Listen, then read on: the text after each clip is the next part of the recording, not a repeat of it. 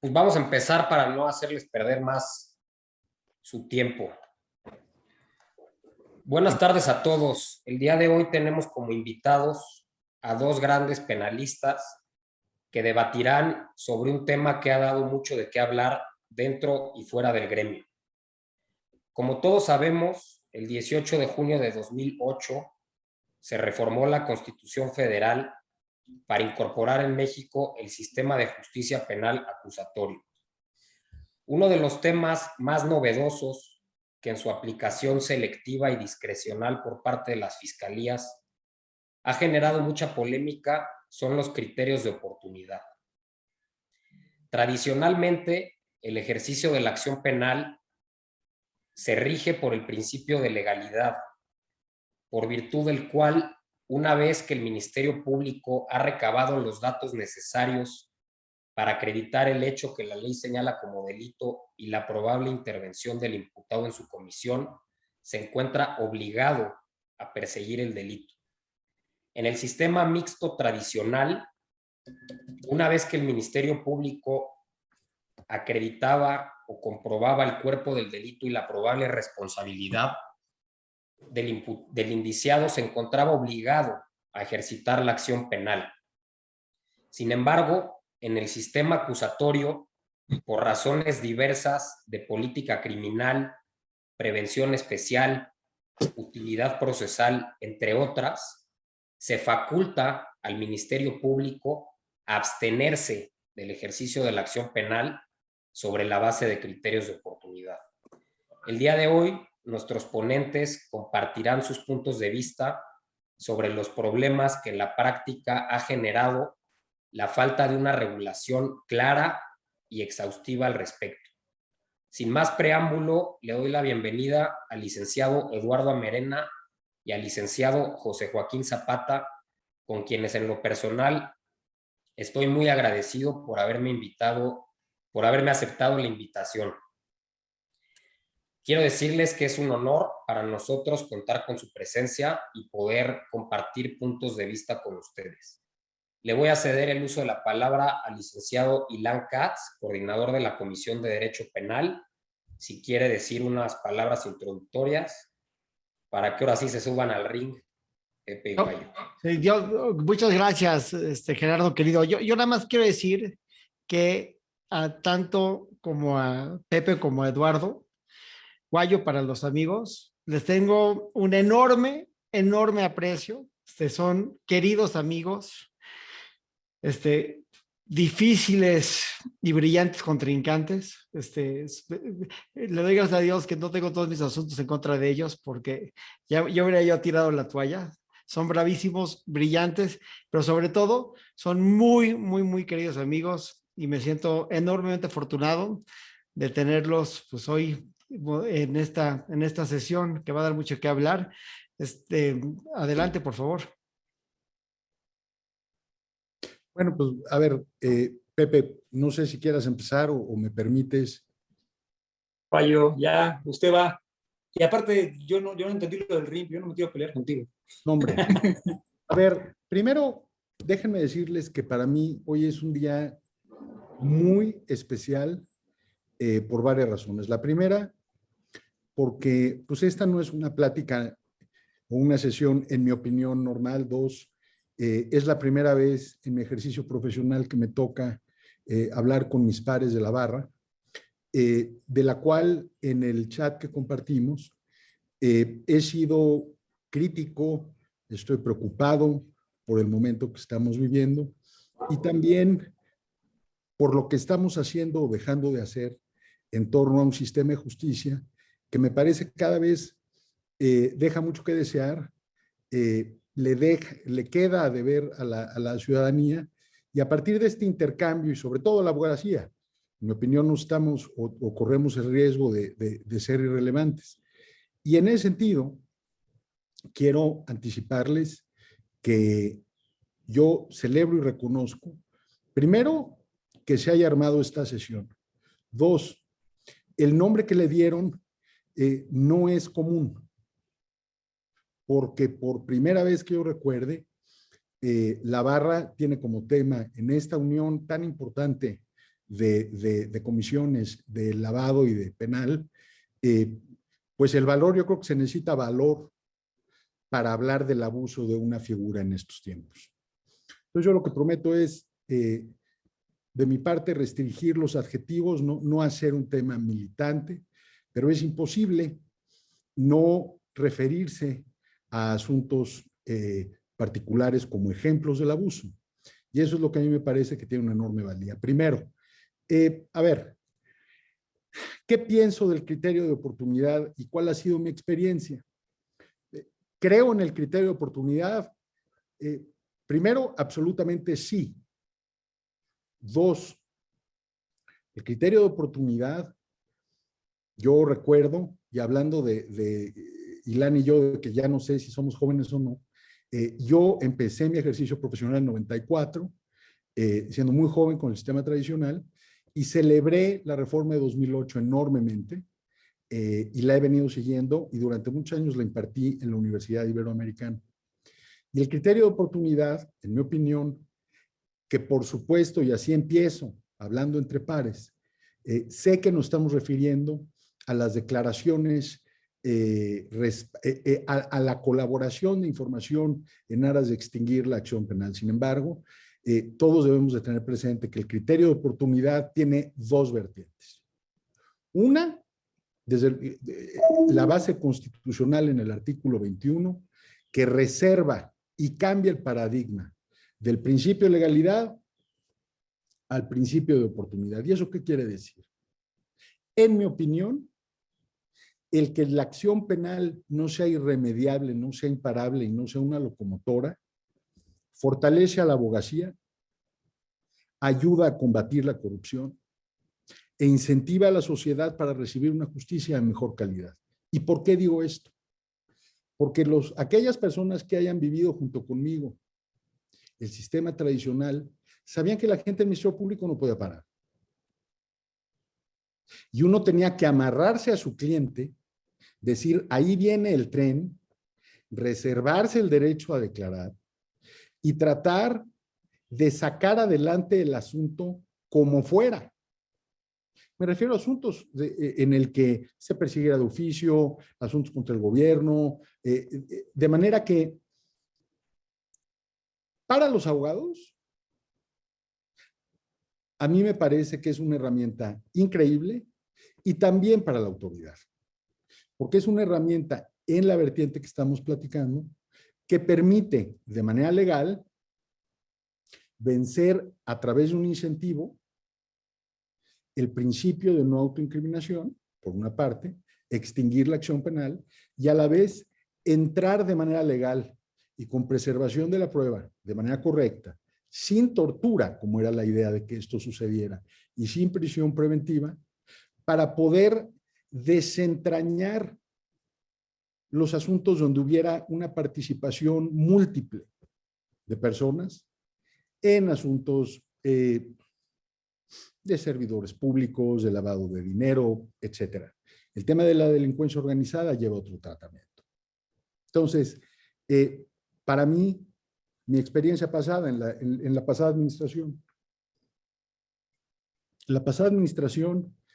yo tomé dos defensas que me permitieron a mis defendidos decirles que la acusación o que la inercia o que la energía y la fortaleza de los hechos eran verdaderamente terminales, fue la palabra que usé, y al conocerlos previamente y a sus familias, mi consejo fue, en efecto, incentivarlos a colaborar con la autoridad.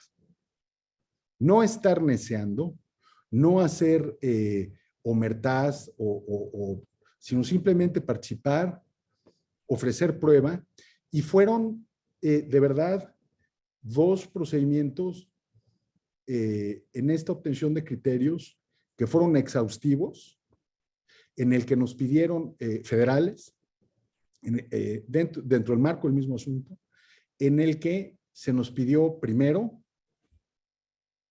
que fuera voluntaria. Dos, que tuviéramos elementos de prueba. muchos. Y eso nos llevó a, una vez fortalecido el testimonio de estas personas, que quedaran compelidos a declarar en juicio. El asunto terminó con un procedimiento abreviado. ¿Por qué? Porque el imputado, en mi opinión, se vio confrontado con la realidad, con dos testigos que tenían pruebas y que harían que el proceso o el juicio, la fase de juicio, pudiera realmente representar para él una condena mayúscula. Y en lo que concluyó fue en un procedimiento abreviado. De manera que estas dos personas, si bien vieron extinguidas la responsabilidad penal, lo hicieron a través de el ofrecimiento de pruebas, una auscultación fuera de serie por parte de la autoridad, y finalmente se generó la transparencia y la sentencia condenatoria en un asunto que sería un asunto más, esos asuntos irresolubles donde el responsable es Fuente Ovejuna y que hubiera sido imposible desentrañar el fondo financiero y político y de relaciones en torno a eso. Entonces, eso permitió también que estas dos personas pudieran reinventarse, que no fueran sometidas a una trituradora de personas como era el sistema tradicional. Y no olvidemos que los objetivos de la reforma constitucional y del sistema acusatorio es el poder optimizar los recursos financieros, materiales y humanos en los asuntos que merecen la pena. Y a la vez, promover la reconstrucción del tejido social. En mi opinión, eso se ha ido perdiendo. Ahora, en esta administración, y antes de entrar en esta administración, quiero responder una pregunta que me hizo un barrista previo a esta conversación, en el sentido que le gustaría saber mi opinión respecto de la constitucionalidad de la figura del criterio por lo que hace a la colaboración. Me parece que por supuesto que es constitucional. Segundo, que nos conviene que sea constitucional, porque en la medida en que sea constitucional y que tenga ciertas reglas que yo pondré a consideración de ustedes a partir de mi interpretación, lo que puede ser una figura constitucionalmente firme y prevista, puede ser inconstitucional también y puede ser nula. Y creo que ahí entraña el centro de esta conversación. Ahorita los criterios de oportunidad se ofrecen como si fueran billetes o boletos de salchichonería, sin mayor auscultación.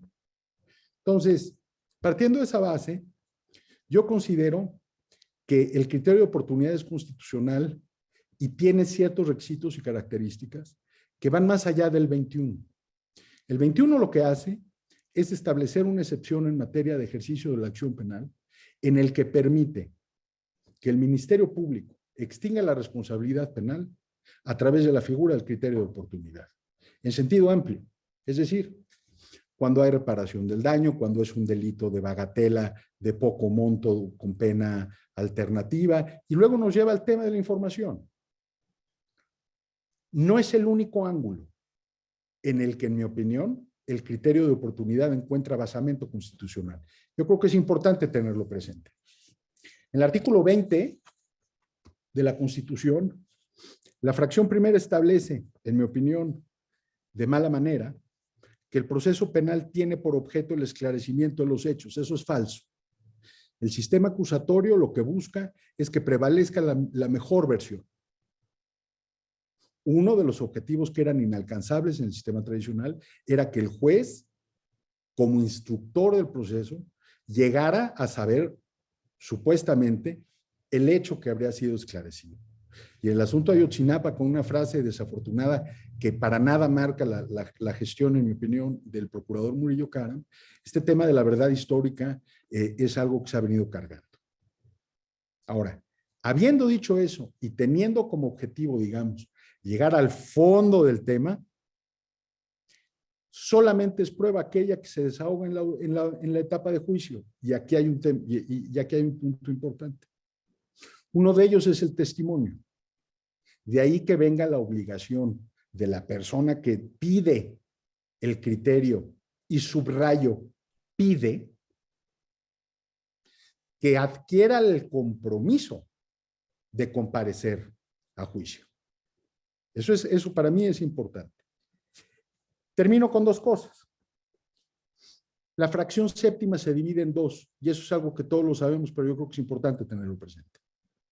Sin mencionar la figura, dice: una vez iniciado el proceso penal, siempre y cuando no exista oposición del inculpado, se podrá decretar su terminación anticipada en los supuestos y bajo las modalidades que determine la ley. Nosotros sabemos que hay 3 mecanismos de terminación anticipada del proceso y un mecanismo de aceleración, que es la justicia restaurativa. Las otras 3, la suspensión condicional del proceso, el criterio de oportunidad y el procedimiento de voluntad. Si el imputado reconoce ante la autoridad judicial, subrayo, voluntariamente y con conocimiento de las consecuencias, su participación en el delito y existen medios de convicción suficientes para corroborar la imputación, el juez citará audiencia de sentencia. Es el procedimiento abreviado, pero voy a la parte que sigue. La ley establecerá los beneficios que se podrán otorgar al inculpado cuando acepte su responsabilidad. Ahí cabe la figura, en mi opinión, del criterio de oportunidad, y sigo. La fracción 9 del 20 dice: cualquier prueba obtenida con violación de derechos fundamentales será nula.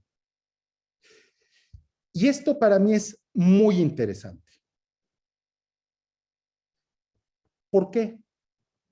Porque como ustedes saben, el 20 en el apartado 2, el primer principio es el derecho a la no autoincriminación.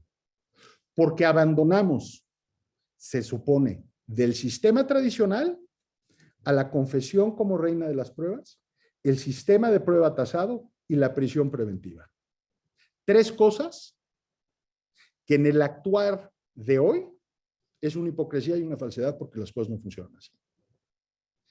Es decir, el derecho que tiene una persona en un sistema que se supone que ya va a descansar, no en la confesión, sino en una investigación profesional, técnica y científica, tiene derecho a guardar silencio y que a partir de ahí se determine su responsabilidad o no.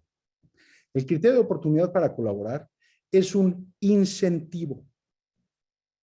Por eso la Constitución establece que el reconocimiento de responsabilidad tiene que ser voluntariamente.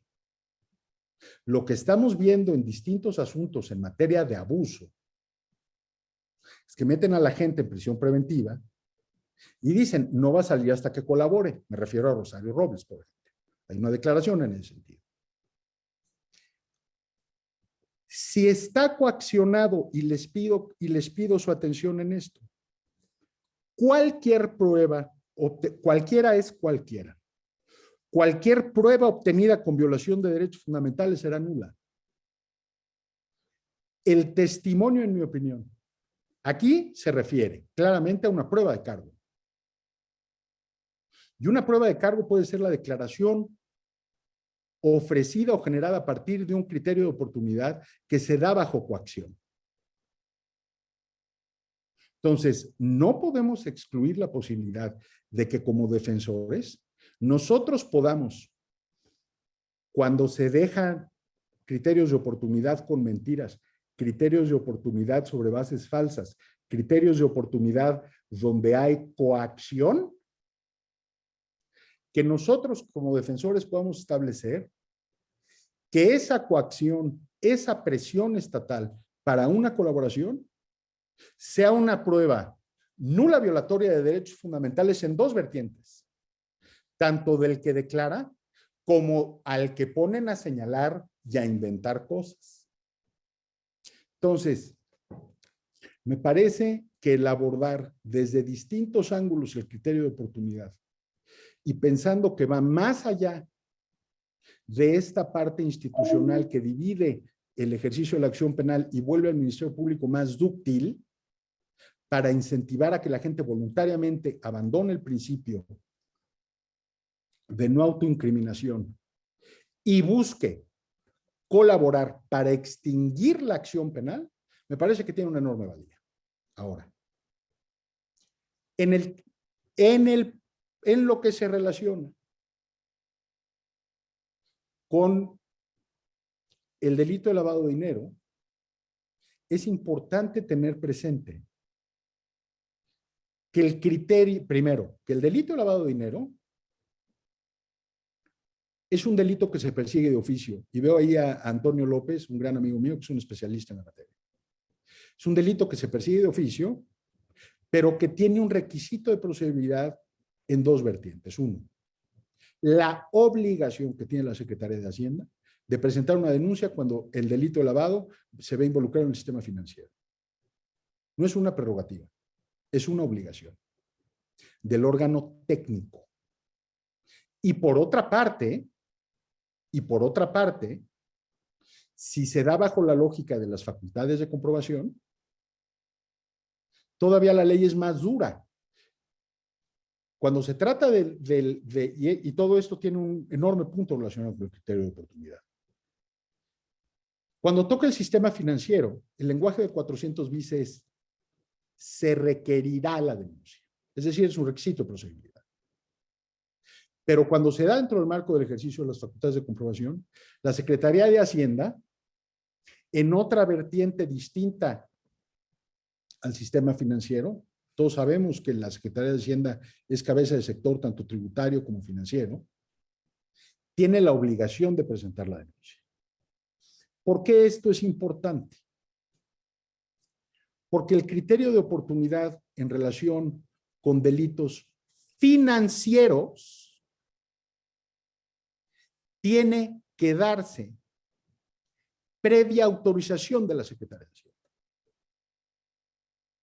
Porque así lo establece la ley. Y no se refiere solamente a la materia de la reparación del daño. La Secretaría de Hacienda tiene que ser involucrada desde el principio para el otorgamiento de un criterio de oportunidad. Cosa que no sucede en los criterios de oportunidad en materia de lavado de dinero que se están otorgando actualmente. Simplemente no sucede. Entonces, a mí me parece que la laxitud con la que se están dando los criterios de oportunidad en materia de lavado y la falta de forma y los incentivos y la violación a la ley y a las reglas se ven traducidos en beneficios que, por supuesto, un lavador confeso pues va a tomar para incriminar a los demás. Pero creo que tenemos el espacio nosotros para invocar una violación de derechos fundamentales en relación del imputado y en función de la manera en cómo se obtuvo el criterio, que es a través de la coacción.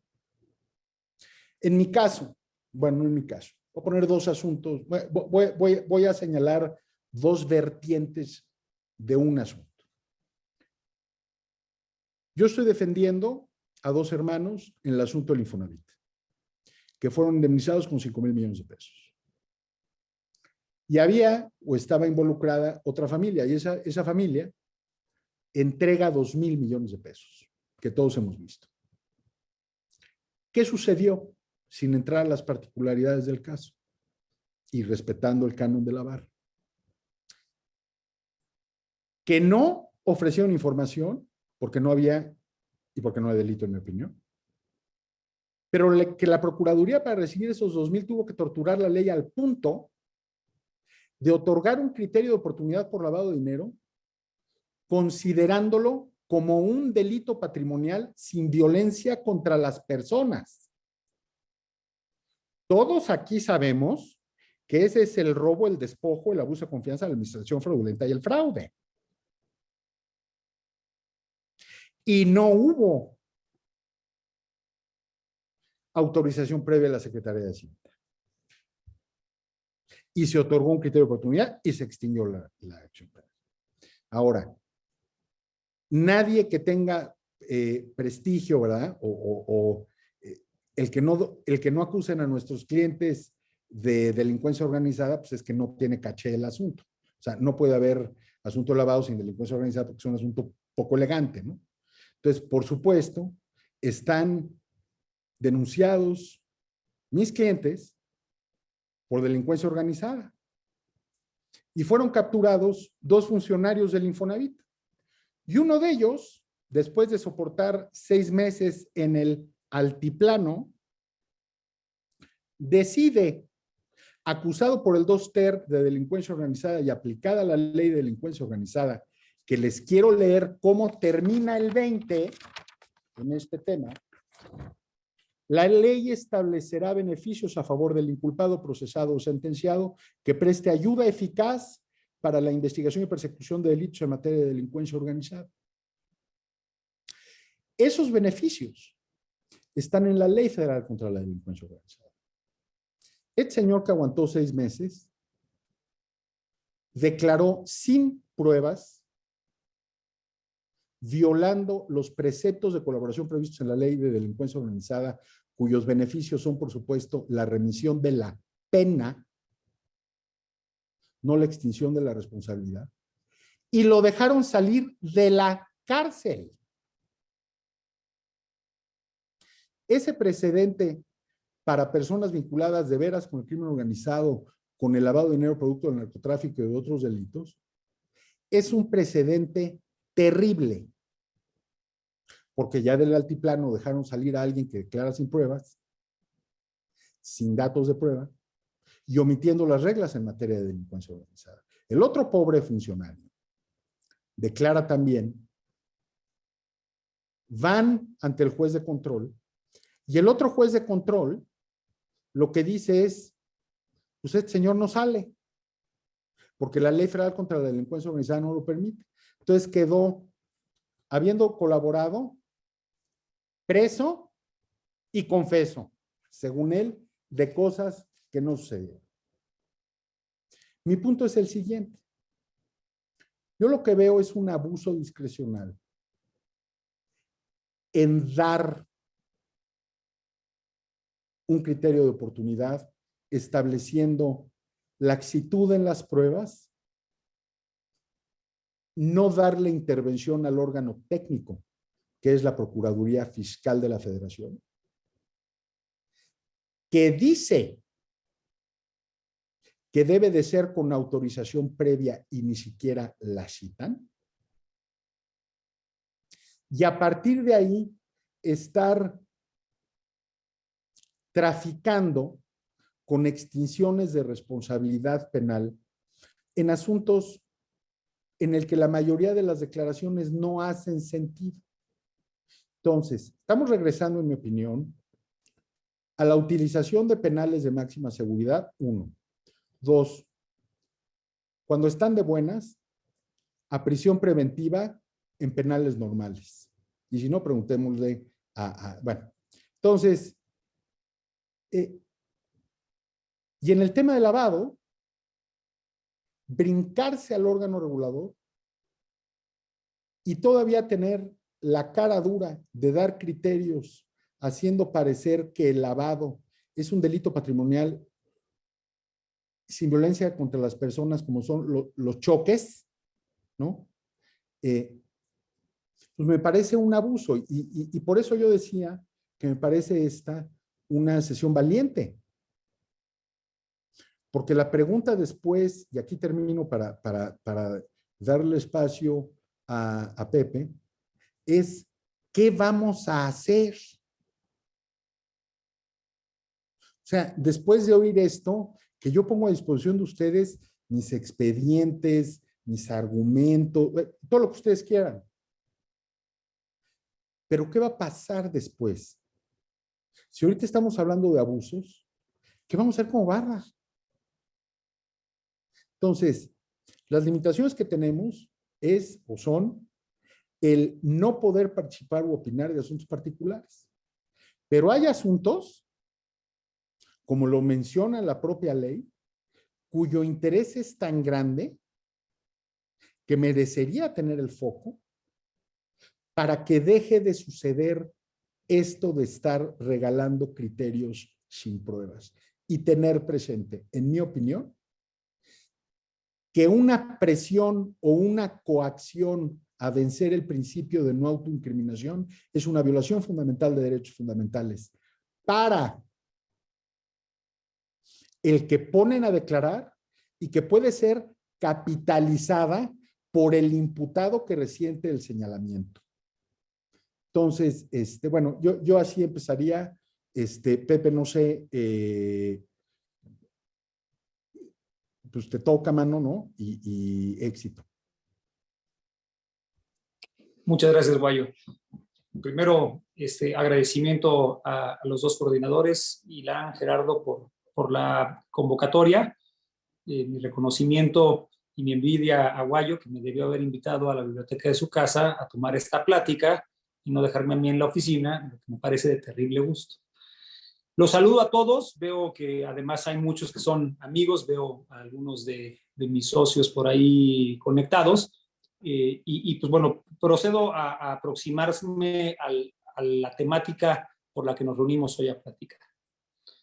Un poquito hoy, cuando intercambiaba mensajes con Guayo nada más para determinar el orden en el que íbamos a participar, me puso algo en un mensaje respecto a un criterio para decidir el orden, y la decisión se tomó en función de que Guayo hizo un comentario dentro del chat que era, no sé si puso violento o cómo, que determinó que ahí él tomara primero el capote y saliera abrupto. Sin embargo, lo que a mí sí me gustaría recordar es justamente cómo inicia esa plática, ¿no? Y esa plática o ese chat en el que participamos, entiendo todos los que estamos reunidos aquí hoy, tuvo que ver con una resolución tomada en un asunto de gran relevancia, en una audiencia que se celebró el 18 de mayo pasado, en la que precisamente, cuando menos a nivel de medios, se hablaba de una audiencia inicial en contra de personas que nos son a muchos de aquí muy cercanas, respecto de un asunto en el que se publicitaba, cuando menos así se publicitaba en medios, la existencia de un criterio de oportunidad. Y una vez que alguien del chat posteó la noticia del resultado de esa audiencia, yo puse un comentario en el que lo que dije fue que me parecía que era momento de revisar cómo estaba funcionando y operando el criterio de oportunidad.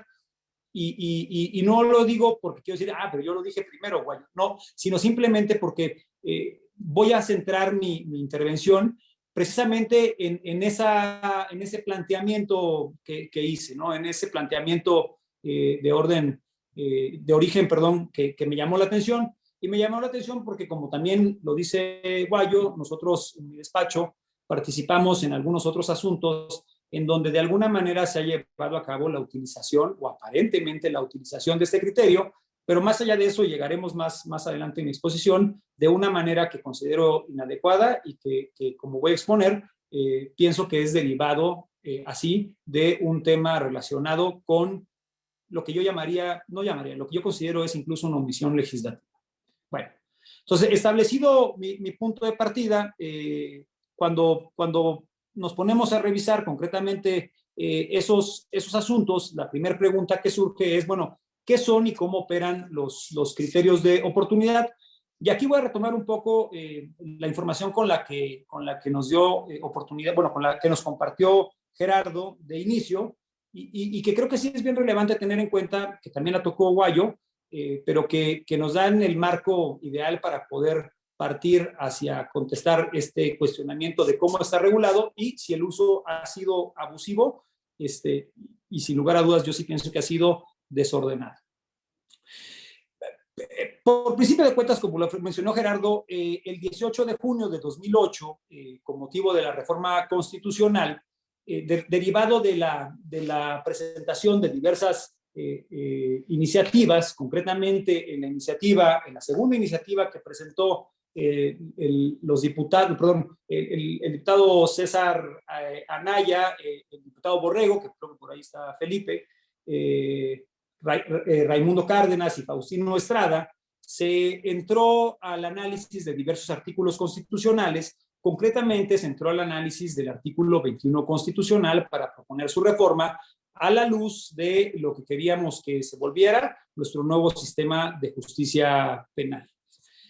En la reforma que se planteó al artículo 21 constitucional, cuando menos de acuerdo a lo establecido en la iniciativa y en el dictamen de las Comisiones Unidas, se estableció una cuestión bien relevante o dos cuestiones bien relevantes respecto del criterio de oportunidad, que a mí me parecen que son muy necesarias para el tema de partir a la argumentación que pretendemos, y se habló, por una parte, de un principio de oportunidad, en el entendido que ese principio de oportunidad, al cual también ya se refirió Guayo, es que de acuerdo a criterios de eficacia y eficiencia en el combate al delito, se permitiera a las autoridades no perseguir al delincuente que coopera.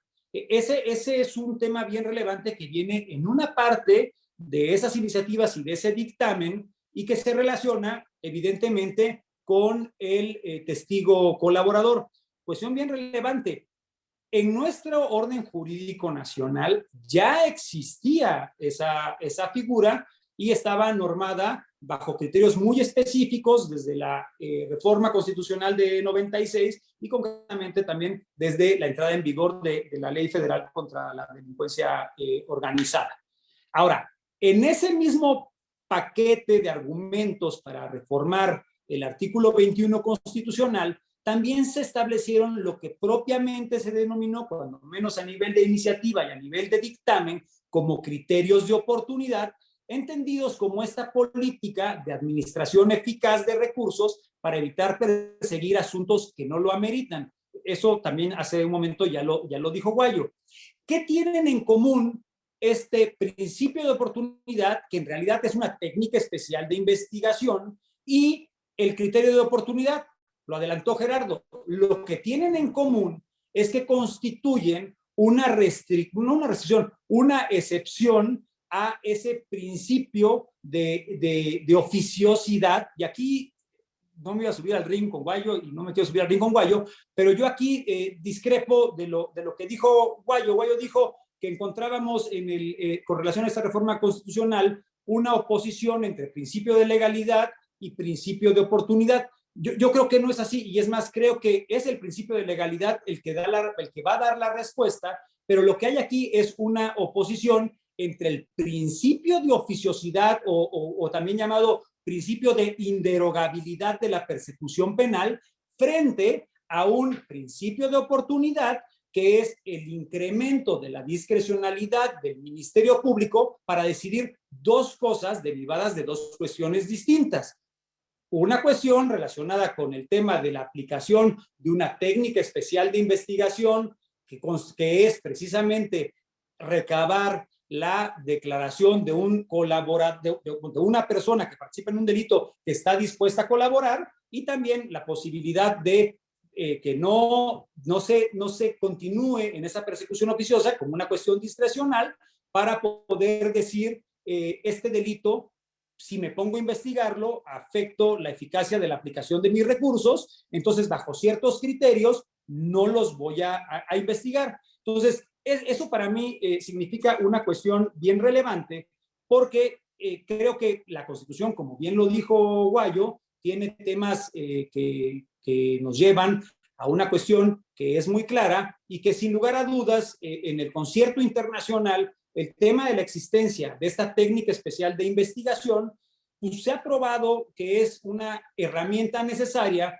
para poder llevar a cabo la investigación de delitos o de esquemas complejos de delitos, principalmente de delincuencia organizada y también temas relacionados con actos de corrupción. Y al rato me referiré, por ejemplo, a uno de los asuntos más relevantes, que es un asunto público, que es el tema Odebrecht, y brevemente haré una referencia a lo que está pasando en Brasil con relación a la aplicación de ese ámbito de discrecionalidad.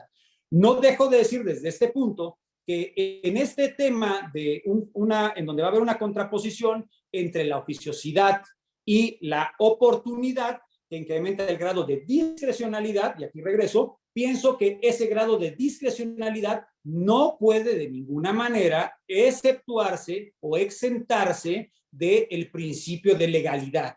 Es decir, si el agente del Ministerio Público, en el ejercicio de la discrecionalidad que se le concede en función de esta reforma, va a pretender hacer uso de este criterio de oportunidad o de esta técnica especial de investigación, o incluso de un criterio de oportunidad como esa herramienta para eficientar la utilización de los recursos respecto de temas muy concretos, ahí es donde tenemos que ver, ok, cómo medimos esa discrecionalidad y qué es lo que dice la Constitución, que considero yo no se ha cumplido a cabalidad para poder aplicar esos criterios. Entonces, una cosa relevante, para todos evidente, es que la Constitución no establece un catálogo de criterios de oportunidad. La Constitución solamente establece, en el párrafo 7º, al cual ya se refirió Guayo, que el Ministerio Público podrá considerar criterios de oportunidad para el ejercicio de la acción penal en los supuestos y condiciones que fije la ley. Eso es lo que establece la Constitución. Y en este párrafo nos metieron congregaron o acumularon tanto la técnica especial de investigación como esos criterios de aplicación eficiente de los recursos a la luz de criterios de trascendencia, relevancia y humanidad, como lo vamos a repasar en un momento. Ahora, como acabo de leer, el tema de la Constitución dice, a ver, vamos a aplicar criterios de oportunidad en los supuestos y condiciones que fije la ley. Entonces queda esto para la legislación secundaria. Entonces se vierte la necesidad de regulación en el Código Nacional de Procedimientos Penales, que se publicó el 5 de marzo del 2014, y en su libro segundo, en el título tercero, en el capítulo cuarto, todo esto dentro del libro que corresponde al procedimiento y concretamente dentro del título que corresponde a la investigación, establece en ese título cuarto las formas de terminación de la investigación. O sea, aquí viene un tema que se vuelve bien relevante, porque yo creo que aquí hay una cuestión de técnica legislativa que propicia que sea fácil que este ámbito de discrecionalidad se nos esté volviendo algo insostenible y para muchos de nosotros en los asuntos que hemos tramitado, pues cuando menos desde nuestra perspectiva, injusto. Y yo sí creo que es abiertamente injusto porque todo debe tener un límite más o menos claro para que los jugadores entendamos las reglas del juego y nos podamos regir conforme a ellas.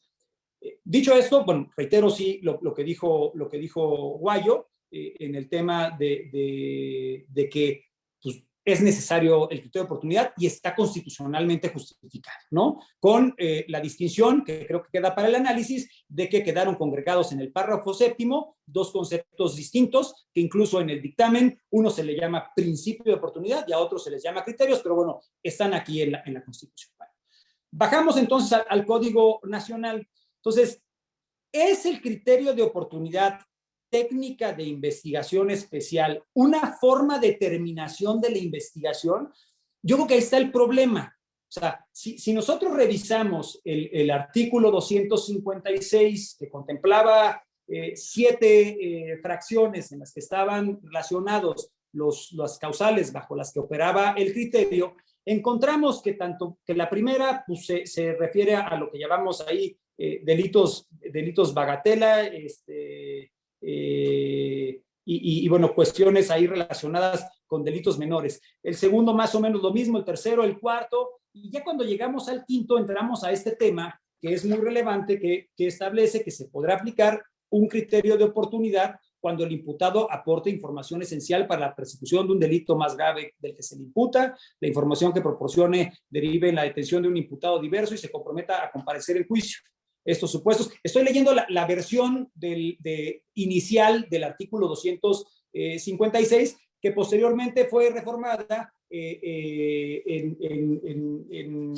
la legislación con motivo de modificar también el 257 y establecer, entiendo que hizo el legislador de una manera más clara, los criterios o las condiciones a las que se refiere la Constitución. Pero bueno, el tema aquí es, primera cuestión que yo considero un error es no son lo mismo, no es lo mismo hablar de los criterios de oportunidad relacionados con la aplicación eficaz de recursos que con el criterio de oportunidad, que ya se llama así, ya es para todos conocidos así, que es una técnica especial de investigación. Es más, si revisamos el paquete de reformas que se envió en su momento, algunas de las reformas que se proponían era una modificación, una adición, perdón, a la Ley Orgánica del Poder Judicial de la Federación, creando un artículo 50 bis, en el que en una fracción se establecía que era competencia de los jueces de distrito aprobar los criterios de oportunidad, bueno, refiriéndose a los de delincuencia organizada, pero hasta eso estaba pensado, o sea, el tema de, oye, si es una técnica de investigación, es una técnica de investigación que debe estar sujeta a control judicial, sí o no. En algún momento algún legislador, cuando mandó su paquete de reformas, propuso esta reforma. Y creo que ese tema, aunque es aislado y no se dio, es bien relevante para efectos de lo que estamos discutiendo. Oye, Pepe, perdón la interrupción, pero me gustaría hacer una pregunta, a ver cómo lo ves. Porque, en mi opinión, todo lo que estás diciendo lo suscribo con un matiz. Para mí, y el tema creo que todos lo tenemos claro, empezando por ti, es el tema del abuso de la figura del criterio. Y ahí me parece que el criticar la legislación, y aquí va una pregunta, que el criticar la legislación exonera a la aplicación abusiva, ilegal y delincuencial que se está haciendo de esta figura. Y toco el tema de Lozoya. Dice el 256, iniciada la investigación y previo análisis objetivo de los datos que consten en la misma, conforme a las disposiciones normativas de cada procuraduría, el Ministerio Público podrá abstenerse de ejercer acción penal con base en la aplicación de criterios de oportunidad, siempre que en su caso se hayan reparado, garantizado y tal, cuando proceda. Y luego viene la fracción quinta. En el asunto de Lozoya, claramente la declaración de Lozoya debió de haberse vertido en la carpeta de Odebrecht. No haberse presentado una denuncia aparte que privara a los defensores del contenido de la carpeta. Entonces, no sé hasta qué punto la legislación esté mal cuando realmente la aplicación que se está dando, en mi opinión, es abusiva, porque los datos o los dichos del señor Lozoya que no ha podido corroborar no son aquellos que hayan sido materia de una solicitud de criterio, sino de una denuncia que fue presentada. Entonces, como yo lo entiendo, como yo lo veo y como la ley lo dice, el criterio de oportunidad debe de vertirse en la carpeta en la que se señala a alguien. Y me permití interrumpirte por lo siguiente. Hay un término que no sé si compartas o del cual ligeramente discrepo. Por una parte, el principio de oportunidad es la prerrogativa del Ministerio Público del extinguir la responsabilidad penal. Estoy de acuerdo. El principio de legalidad que yo mencionaba es al que tú le llamas inderogabilidad, pero mi punto es el siguiente. ¿Hasta dónde se concilia el criterio de oportunidad como un derecho o el ejercicio de renuncia del principio de no autoincriminación para aspirar a la extinción de la responsabilidad penal. El solamente llamarle técnica de investigación me parece que abandona uno de los principios fundamentales del sistema acusatorio, que es dejar de ver al imputado como un medio de prueba, como era en el sistema tradicional en el que se buscaba la confesión, y ahora verlo como un sujeto de derechos adquiridos. Entonces, creo que todos pierden. Todos pierden al ceder a la fuerza bruta del Estado para que uno declare lo que sea con tal de obtener la libertad, embarre a quién sabe cuántas personas sin prueba alguna, se viole el 256 poniendo a la gente a denunciar para privar a todos los defensores del acceso previo y las contradicciones que existían en la de Odebrecht, y quizá en la parte en la que nos estamos complementando, Pepe, y aquí termino mi interrupción con una disculpa para ti, pienso que debe de haber una conciliación entre ver el criterio de oportunidad como una herramienta de la autoridad para lograr resultados, pero a la vez respetar el derecho que se tiene para colaborar de manera libre y voluntaria para preservar la calidad de la información. Entonces yo creo que el criterio de oportunidad tiene dos caras, y el estar metiendo a la gente a la prisión preventiva hasta que suelte no la sopa, cualquier sopa, me parece que es el abuso de la figura y que en ello traba por lo menos para mí el punto. Gracias. Está bien. Sí, sí. No, Guayo, interrúmpeme las veces que quieras. Y aparte, creo que voy hacia eso, porque además lo que yo quiero decir, y lo voy a ir intentando aterrizar a asuntos concretos, porque además dijiste uno que especialmente me duele y me apachurra el alma, y incluso tú como mi amigo sabes que pocas cosas tan duras he vivido en el ámbito profesional como lo que sucedió en ese asunto, concretamente de la persona a la que yo represento, pero fuera de ese tema, yo sí creo, desde ahorita lo digo, discrecionalidad no quiere decir arbitrariedad. Y el hecho de que haya arbitrariedad, que sin duda ese esquema sí lo comparto, porque la discrecionalidad llevada al extremo se convierte en arbitrariedad, pues ese tema a mí sí me parece que es justamente lo que estamos viviendo, y ahorita voy a intentar justificar por qué, y creo que no está peleado con la forma en la que lo abordo en cuanto a la existencia de técnica especial de investigación, porque al igual que las técnicas de investigación están sujetas al cumplimiento de muchísimos requisitos, y concretamente, como tú ya lo mencionaste, están sujetos a la licitud de la prueba en términos del artículo 20 constitucional, apartado A, fracción novena.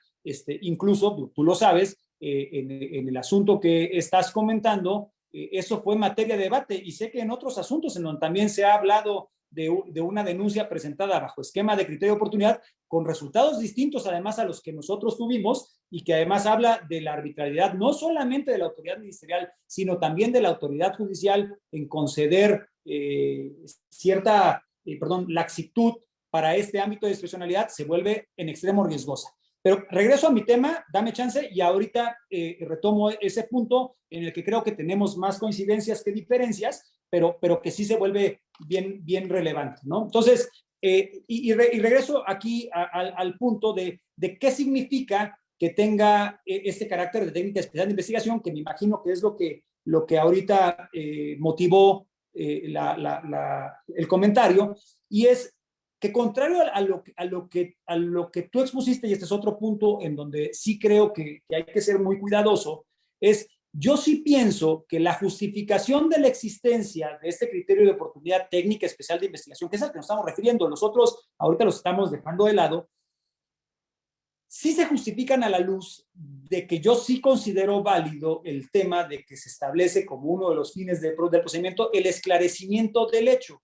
Y es más, yo, contrario a ti, no sé si es porque tenga una reserva especial, pero yo sí no creo que se pueda relativizar completamente el procedimiento a la cuestión adversarial de quien presenta mejor el caso, porque eso me asusta en el tema de lo que significa para efectos del aparato de justicia. Entonces, yo sí creo que, es más, parte de la justificación de la existencia del criterio de oportunidad técnica especial de investigación deriva de que su espíritu es lograr, de alguna manera, el esclarecimiento del hecho en estas tramas delictivas que son especialmente complejas y que suelen requerir diligencias especialmente invasivas para poder lograr su esclarecimiento y la eventual sanción, que ahí retoma la parte que sí mantiene el principio de la obligación del Estado de proporcionar, o bueno, de hacer la impartición de justicia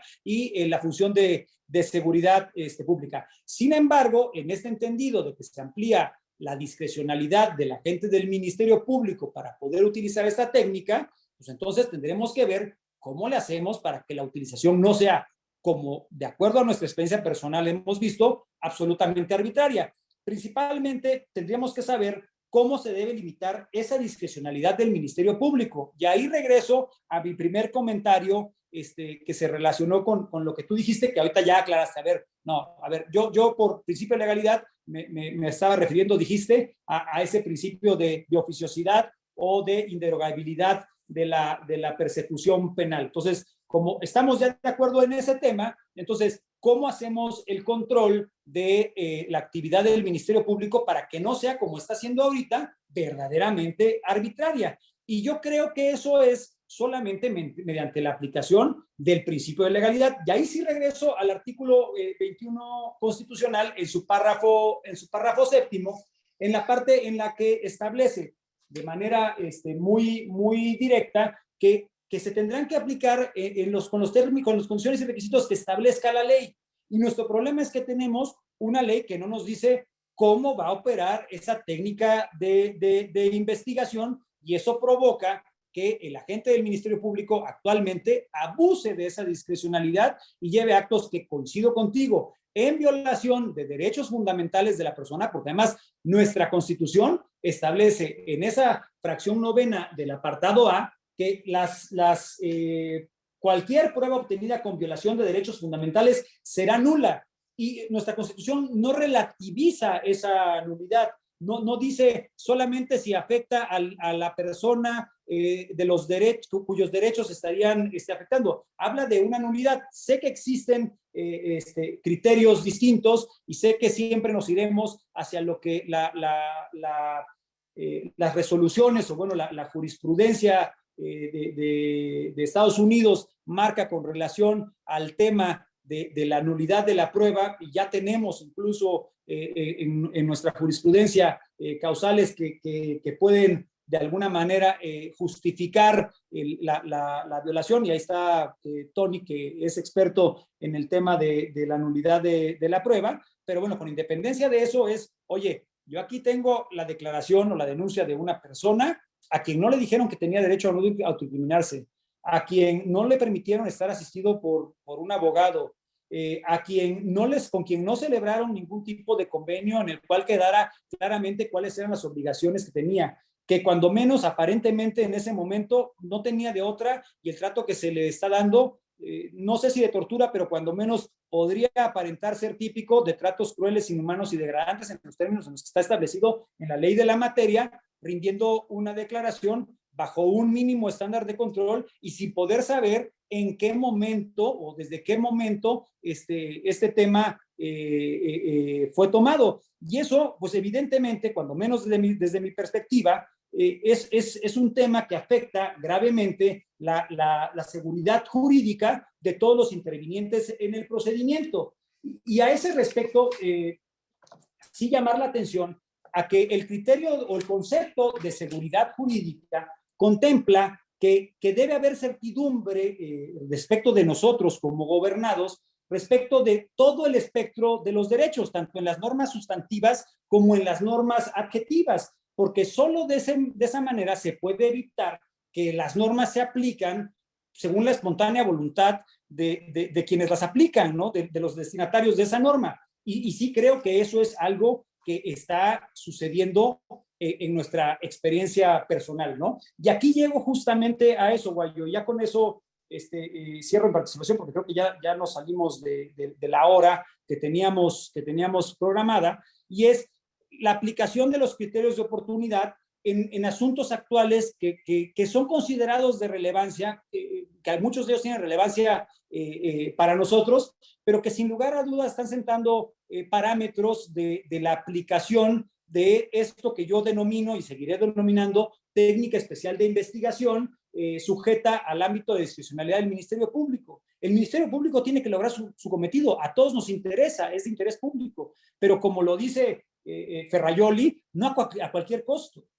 Y aquí el tema es que estamos empezando a pagar un costo muy alto, que ya lo habíamos vivido los que litigamos en el sistema anterior. No nos es extraño el famosísimo caso Jennifer, de la utilización de los testigos protegidos para imputar a quien fuera. Y lo que sí estoy diciendo es la falta de reglamentación ordenada y suficiente para poder normar la aplicación de los criterios de oportunidad, que provocan que personas concretas en asuntos que conocemos se acerquen a la fiscalía a presentar una declaración de entrada diciendo que lo hacen sí y solo sí con la destino, con la intención de obtener un criterio de oportunidad. No puede ser a través de una denuncia que resulte vinculante. Pero más peligroso aún, y eso lo digo para todos, muchos de ustedes, por ejemplo, con Carlos Riquelme he tenido oportunidad de platicar y de abrevar ahí de su conocimiento, el tema de que de repente esté sentado en una audiencia y una persona que evidentemente tiene participación en el delito, bajo un criterio malentendido de la discrecionalidad que se les permite al Ministerio Público, te digan en una audiencia que una persona es testigo por el simple y sencillo hecho de que la Fiscalía decidió no imputarlo sin haber hecho previamente el análisis de si podía o no optar, o si él era o no candidato para un criterio de oportunidad, bajo lineamientos que resultan difusos, porque como bien leíste tú ahorita en el párrafo primero del artículo 256, y que además lo encontramos posteriormente, y también hiciste referencia en el 257 y en los párrafos finales de ese mismo 256, ponen requisitos que son aparentemente comunes tanto para el criterio de oportunidad técnica especial de investigación como a los criterios de oportunidad, formas de terminación anticipada del procedimiento o formas de terminación del procedimiento, quito lo de anticipadas para no confundir, formas de terminación del procedimiento que tienen una naturaleza jurídica distinta. Entonces, sí pienso y sostengo que existe una omisión legislativa respecto de la correcta regulación del criterio de oportunidad técnica especial de investigación. ¿Okay? Y también lo sostengo respecto de los otros, pero además percibo y expongo una mala técnica legislativa al contenerlos todos dentro del mismo artículo que resuelve dos problemas distintos, y de ahí surge la posibilidad de la gente del Ministerio Público y de los jueces de hacer una conclusión arbitraria del tema, y además sin reglas, ¿no? Ese sería mi planteamiento, con independencia de lo que podamos ver. Es decir, una cosa también que no quería dejar de decir, yo creo que aquí tú hiciste una referencia muy interesante y muy aguda respecto de esa posible similitud entre el criterio de oportunidad al que nos estamos refiriendo y el procedimiento abreviado. Creo que ahí tenemos que tener mucho cuidado. No. Eso, yo creo que me expresé mal. El procedimiento abreviado está previsto en la primera parte de la fracción del 20 y en el segundo establece cuáles serán las consecuencias en relación con las personas que colaboren. Yo lo que mencioné es que un criterio de oportunidad, en este caso 2, bien aplicados y sólidos, llevaron al imputado a tomar la decisión de ir por el procedimiento abreviado y no ir a juicio oral. Y eso me parece que tiene una enorme valía para la autoridad. El presentar frente al imputado principal 2 participaciones sólidas con datos de prueba que lo lleven a calcular que es mejor renunciar a una etapa de juicio y acudir al procedimiento abreviado. A mí me parece, concluyendo mi participación, que estamos hablando de, a ver, no es que estemos hablando de lo mismo, pero creo que tenemos una discrepancia en la que me parece que eres más noble que yo. Y me refiero a lo siguiente. El nosotros establecer una omisión legislativa o falta de regulación, para mí es exonerar a la autoridad. A mí me parecería que está suficientemente regulado para no tener estos abusos. Déjenme poner un ejemplo breve. Emilio Lozoya. Hay una ley que sacó Calderón y que es mi punto, y les voy a robar no más de 5 minutos. Hay una ley que sacó el presidente Calderón, que es el innombrable actual, que es la Ley Federal para la Protección a Personas que Intervienen en el Procedimiento Penal. Y tiene una serie de mecanismos que hubieran hecho inviable lo que pasó en el asunto de los ojos. Si una persona está en el extranjero, existen mecanismos para que esa persona pueda declarar hasta por videoconferencia y acercarse. Es una ley de protección a personas y testigos colaboradores, pero no solo en relación con el crimen organizado, sino también para proteger personas que puedan estar en peligro en asuntos de enorme relevancia social. Entonces, el señor Lozoya, esto del criterio de oportunidad es una patraña, porque nunca lo pidió, lo pusieron a denunciar, privaron del derecho de defensa a todos los coimputados, filtraron una denuncia, embarraron a 80 personas. Esto es un abuso de la ley. Y luego, que es mi punto, le ponen tapete rojo, le ponen un señuelo para el reclusorio, nadie le toma una foto, lo meten al hospital, cuando la realidad de las cosas es que la ley para protección a personas establece mecanismos para personas que o están sometidos a prisión preventiva oficiosa o bien que pueden ser materia de algún tipo de ataque por la relevancia del asunto. Este señor se echó a cuestas y le imputó delitos a 70 gentes. Y lo dejaron libre y se fue al Hunan a comer un pato. El señor debió de haber estado o recluido en su casa o protegido por el Estado, porque así como le pusieron una foto, le pudieron haber metido un balazo. Entonces, mi punto es el siguiente.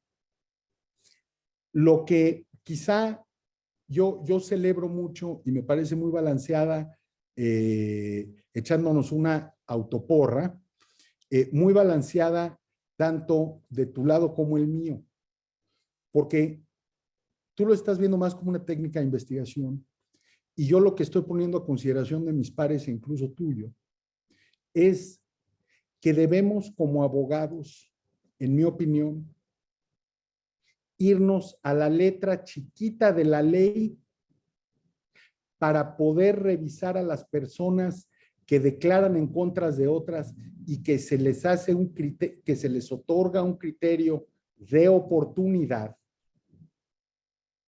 para revisar que los incentivos legales que esté bien otorgado, que no sea un privilegio. Bueno, porque si no, hay gente que entrega, bueno, el señor Lozoya, con todo respeto, entregó a su mamá, a su hermana, con la confianza de que el Estado lo protegiera.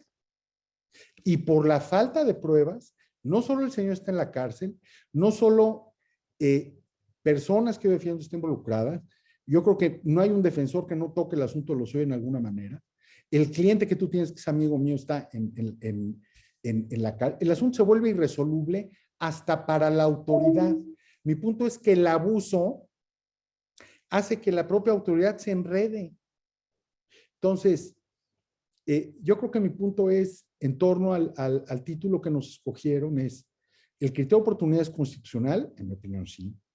¿Es necesario? En mi opinión, sí. ¿Es útil? Por supuesto que sí. Simplemente que no sea un paseo en el parque, ¿no? Y que no sea, y que se acoja a las reglas que la propia ley establece. Y si no se cumple con las reglas, pues que los defensores estemos atentos a esta nulidad que puede llegar a tener un testimonio con estos incentivos, porque es violatorio de derechos fundamentales del que coaccionaron o incentivaron a declarar, pero también de la persona que está siendo acusada. Entonces, yo creo que mucho ojo, porque estos abusos están pasando ahorita, ¿no? Y creo que la ley establece reglas suficientes. ¿Qué nos falta? Y en eso te lo concedo, Pepe. Cohesión legislativa. Porque en la ley de delincuencia organizada hay unas reglas, en la Constitución se establecen las salvedades y las distinciones. Esta ley federal para la protección de personas yo creo que es muy importante. Y además, toco por último un acuerdo que me parece una payasada también, que es el acuerdo 17 del procurador, ¿no? Que establece más requisitos de los que la propia ley establece. Se hace, ahora resulta que te lo ponen como un obstáculo, pues no es ni ley, hombre. O sea, no puede, tiene el mismo principio de reserva de ley, la misma nulidad de la norma penal en blanco. Entonces, dicen que los criterios de oportunidad se deben de ofrecer sin discriminación y tal. Lo que estamos viendo es justicia selectiva, y lo que estamos viendo es la creación de narrativas en asuntos que en una población donde solamente 2 millones de personas están en Twitter, el criterio de oportunidad ya es un concepto hipersocializado, visto como impunidad, pero además mentiroso. Creo que en el abuso que se está dando, estamos perdiendo todos, empezando por la credibilidad de las instituciones. Yo por mi parte agradezco mucho esta participación.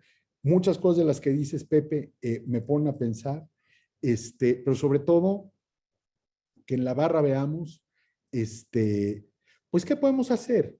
O sea, no quiero yo exonerar en este momento, por lo mucho que ha lastimado a clientes míos, a la abogacía y a la institución, a los funcionarios que están aplicando de manera indiscriminada y de manera selectiva e incentivando con perversidad.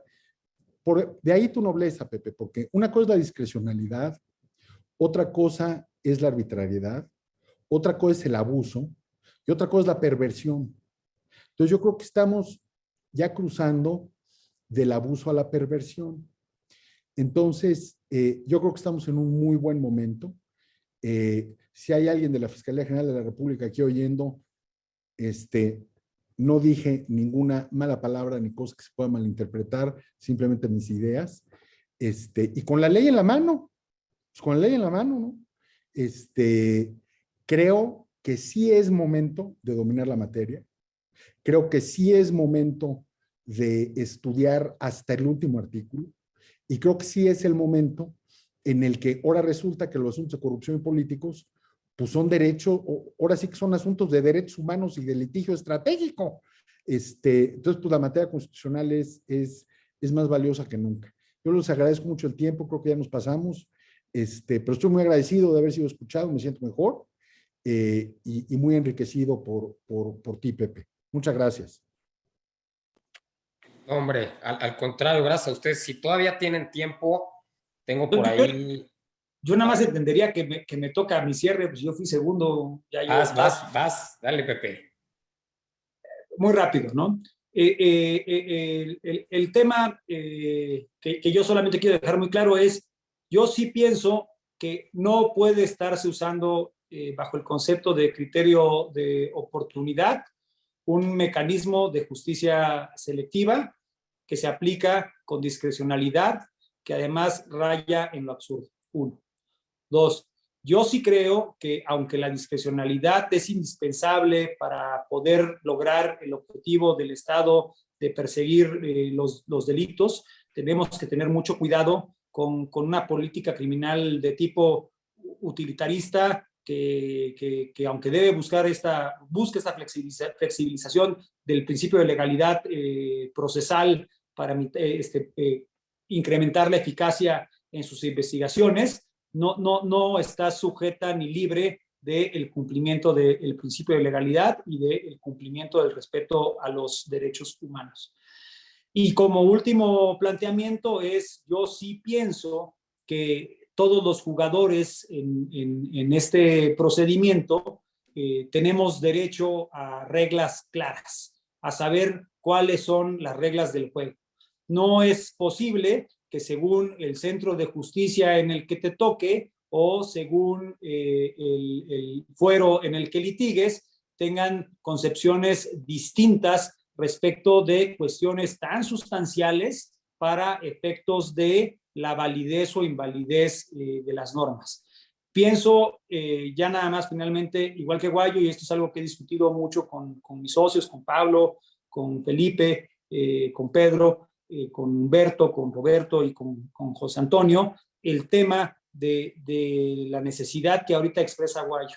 Yo sí creo que estamos dejando que las reglas del juego en este nuevo sistema procesal se estén escribiendo, con muy poca participación de nosotros, y el avance jurisprudencial no está siendo lo suficientemente rápido como para poder tener claridad en esas reglas del juego, y eso solamente se puede solucionar a través de posturas claras establecidas por litigantes audaces, que aunque nos llevemos muchos fiascos y muchos golpes en la frente, tengamos la claridad para poder debatir y discutir la forma en la que se debe aplicar la norma que creamos para hacer un sistema de justicia más eficiente.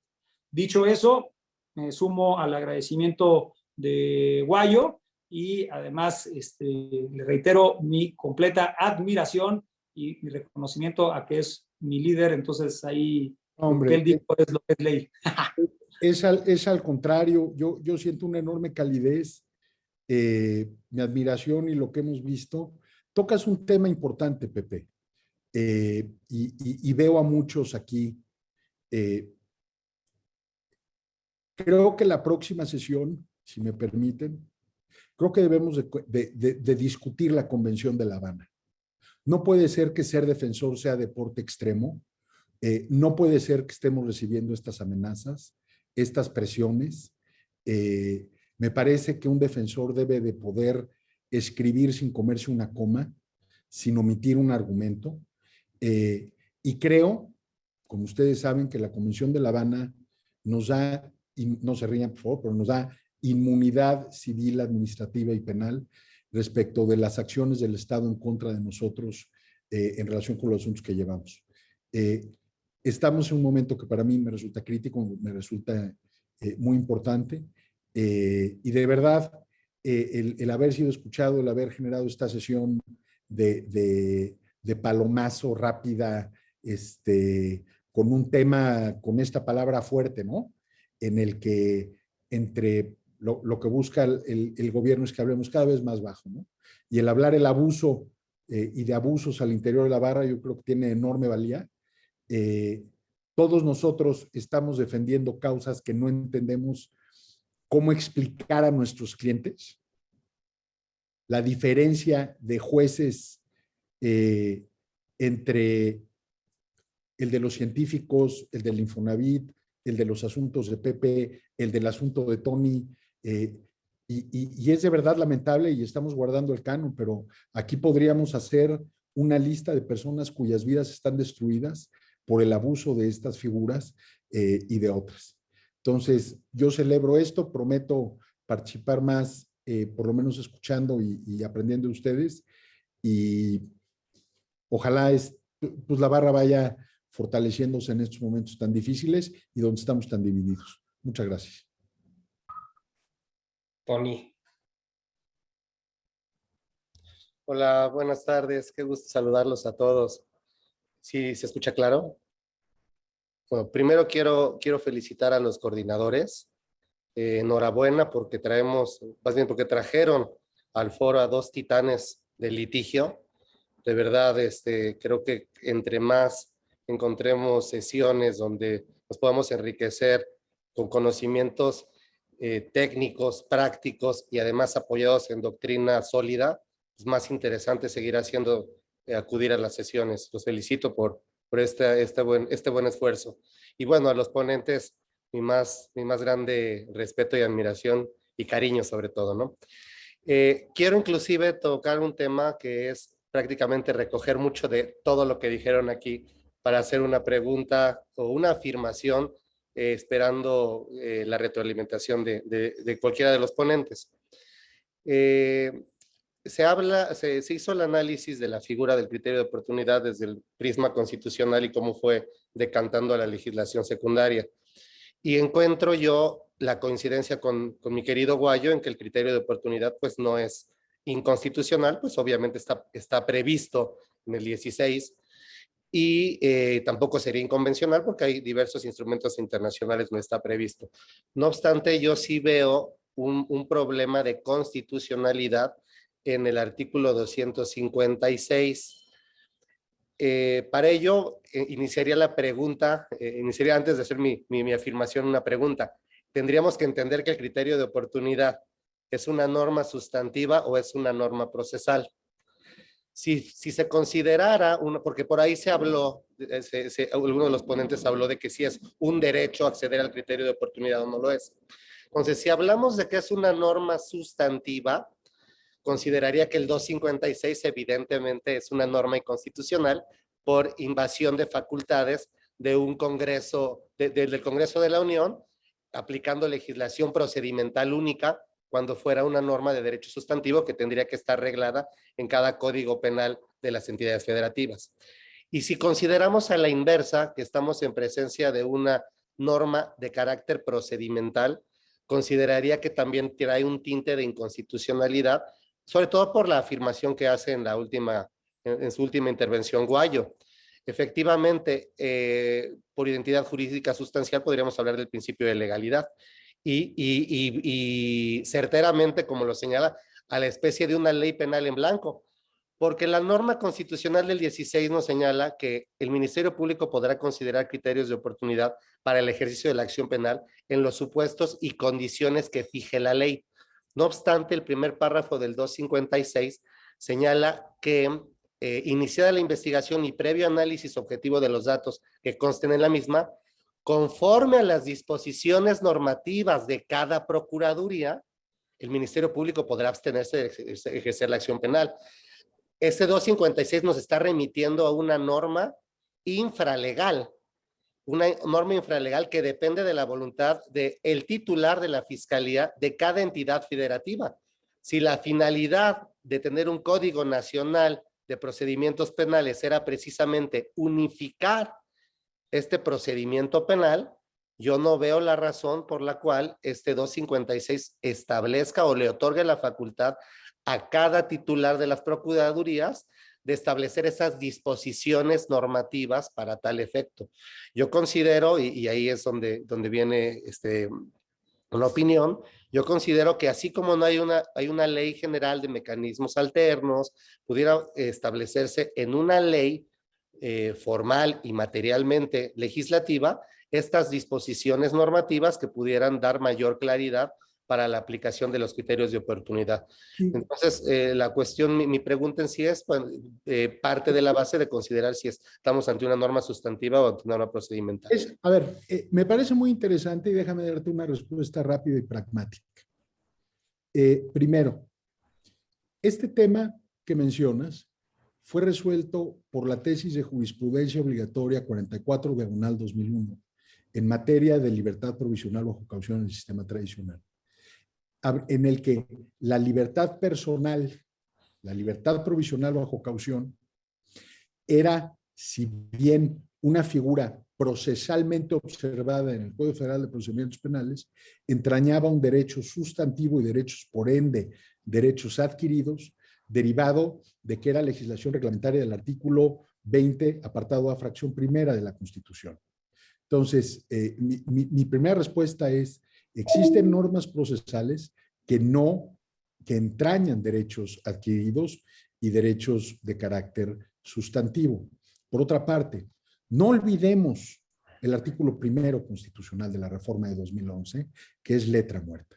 Todas las autoridades están obligadas desde la esfera de sus funciones a respetar los derechos fundamentales y los derechos humanos. Entonces, mi punto es el siguiente. Hablemos de valores. Hablemos de que son los seres humanos los que aplican la ley. Hablemos de lo que implica el procedimiento penal. Y el proceso penal no solo para el imputado, sino también para la sociedad. Partiendo de esa base, hay figuras que nosotros estamos buscando abandonar y que la actual Fiscalía, hablo de la General de la República, está buscando regresar. La prisión preventiva, la coacción, la obtención de declaraciones a partir de la violencia judicial, el ingresar a empresarios, y ya no hablo de los míos, hablo de los tuyos, a penales de máxima seguridad, en regímenes de excepción. Entonces, mi punto es este. Yo estoy de acuerdo, absolutamente de acuerdo, en que bien podría haber una legislación, ley especial para el criterio de oportunidad y colaboración, está perfecto. Sin embargo, con lo que hay, alcanza para cuestionar, y ese es mi punto, los abusos que se están dando en la materia. Claro. Entonces, a mí me parece que ¿dónde entra, contestando con precisión o con la mayor precisión posible tu pregunta? Más allá de la prerrogativa es, te voy a poner dos cosas durísimas. La primera, el criterio de oportunidad es un incentivo a que una persona aspire a la extinción de la responsabilidad penal para vencer el derecho, para renunciar al derecho de la no autoincriminación, que es muy importante. Podría guardar silencio y además se presume inocente y además la carga de la prueba la tiene el agente del Ministerio Público. Voy más allá. Quizás sí sea necesaria la ley, porque a ver, algo que yo he vivido, personas que tienen un criterio de oportunidad en materia federal y que colaboran, se les da un criterio de oportunidad y la Fiscalía Anticorrupción no lo reconoce, que porque es otra entidad y es de la misma fiscalía. Y luego hay fiscalías de los estados que no reconocen las colaboraciones de las personas y entonces los tienen por confesos y los andan correteando. O sea, ¿en qué momento vamos a buscar un sistema de justicia penal que sea democrático en la práctica? Entonces, el imputado es un sujeto de derechos, como también lo es el coimputado que busque el criterio de oportunidad, pero se lo tiene que ganar con pruebas. O sea, a mí me parece que el criterio de oportunidad en materia de colaboración le implica un costo enorme a la persona que lo hace, porque corre peligro, porque renuncia a la presunción de inocencia, porque renuncia a la no autoincriminación, pero además, si le pones tapete rojo, pues te va a cantar la marsellesa, mano, que es lo que estamos viendo, sin pruebas. Porque ¿dónde está el abuso? ¿Dónde está el abuso que estamos viviendo? En que la autoridad hace que Lozoya, porque así estuvo, si no es por la foto de Lourdes Mendoza, seguiríamos en lo mismo. Lo pone a declarar en una denuncia aparte, le dice que va a haber un criterio y así engañan a la sociedad, le ponen tapete rojo, lo dejan ir al Junan, pero luego sabiendo que es mentira, hacen como que le creen. No, o sea, aquí ya estamos, pero haciendo películas. Entonces, mi punto es, ¿cómo podemos nosotros, y es lo que yo quería aportar, que si nosotros percibimos como defensores que hubo privilegios escandalosos, violaciones a la ley, que incentivaron a alguien a pedir o a recibir un criterio, exploremos de manera casuística la nulidad de esa prueba por violar los derechos fundamentales de quien declara y del propio imputado. Ese es mi punto. Entonces, por eso de ahí, me pareció tan enriquecedor estos dos lados de la moneda en el que de manera técnica, pulcra, como es Pepe, al detalle, habla de esto como una técnica de investigación. El Estado debe de buscar penetrar las organizaciones criminales a partir de incentivos, pero sin violar la ley y sin coludirse con otras entidades como el Poder Judicial y que le abran la puerta a alguien de Almoloya cuando le están aplicando la ley federal contra la delincuencia organizada, por Dios santo. Y luego pensar que el único testigo con el cual se quieren echar al plato a toda la administración pasada, en vez de guardarlo como el FBI en el Witness Protection Program, pues le ponen un brazalete, lo dejan ir a Valle y luego a cenar cuando lo pueden matar. Ahí ves que el interés del Estado no era en preservar a Lozoya, era en sacarle esa declaración. Entonces, esta última participación no busca politizar la sesión. El título es el abuso de la figura. Y si vamos a hablar de abusos, pues tienen que ser casuísticos. Y lamentablemente, pues son asuntos que brillan y que han corrido ríos de tinta, ¿verdad? Y que si ya a la luz de barristas, abogados, de las comisiones específicas, pues platicamos de la ley, creo que el pensar que lo que hay es una ausencia legislativa es exonerar a las personas que están usando esto para agendas bien específicas. Entonces, yo no tengo esa nobleza, yo creo que hay una legislación suficientemente buena para que no le estén pasando al país por encima, ¿no? Y conviven, y hay normas procesales, la Corte lo ha resuelto, que entraña derechos sustantivos por tener base constitucional. Gracias. ¿Quieres comentar algo al respecto, Pepe?